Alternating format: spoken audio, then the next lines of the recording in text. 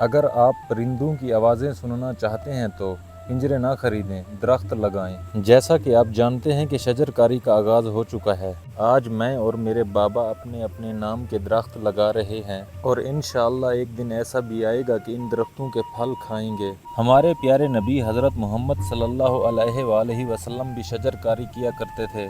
اللہ کے رسول حضرت محمد صلی اللہ علیہ وآلہ وسلم نے فرمایا کہ اگر قیامت کی گھڑی آ جائے اور تم میں سے کسی کے ہاتھ میں پودا ہو اور وہ اس کو لگا سکتا ہے تو اس کو لگائے بغیر نہ اٹھے۔ اس حدیث مبارکہ سے اندازہ لگایا جا سکتا ہے کہ آپ صلی اللہ علیہ وآلہ وسلم نے شجر کاری کو کتنی اہمیت دی ہے۔ حضرت محمد صلی اللہ علیہ وآلہ وسلم نے فرمایا، جو شخص درخت لگاتا ہے اس کے بعد اس کی حفاظت اور نگرانی کر کے مکمل پھلدار درخت کی صورت میں بڑا کر دے تو اس کے لیے بہت زیادہ ثواب ہے اور یہ صدقہ جاریہ بھی بن جاتا ہے۔ شجر کاری عربی زبان کا لفظ ہے جس کے معنی درخت یا پیڑ کے ہیں۔ کار کے معنی کام کرنے کے ہیں، اس لیے کہہ سکتے ہیں کہ شجر کاری سے مراد درخت لگانے کا کام ہے جس کو انسان اپنے ہاتھوں سے سر انجام دیتا ہے، جیسا کہ بابا اور میں کر رہے ہیں۔ اگر انڈونیشیا کے دو بوڑھے میاں بیوی باوجود بڑھاپے کے 10 لاکھ درخت لگا سکتے ہیں، اور اگر انڈیا کا غریب سائیکل والا بابا اپنے علاقے کے 1000 کینال کے وسیع رقبے کو ایک گھنے جنگل میں تبدیل کر کے ورلڈ بک میں اپنا نام درج کروا سکتا ہے،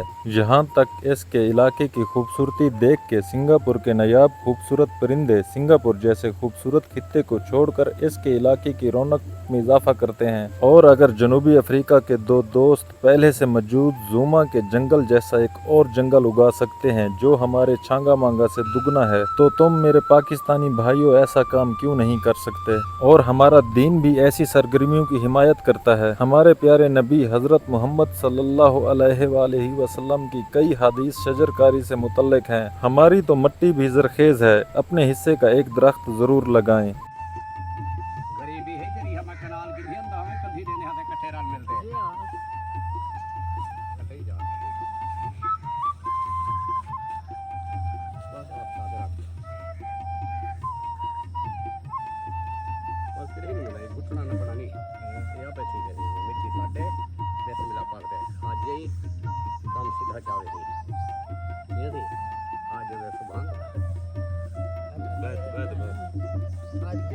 حاجی اور دعا پر ہے۔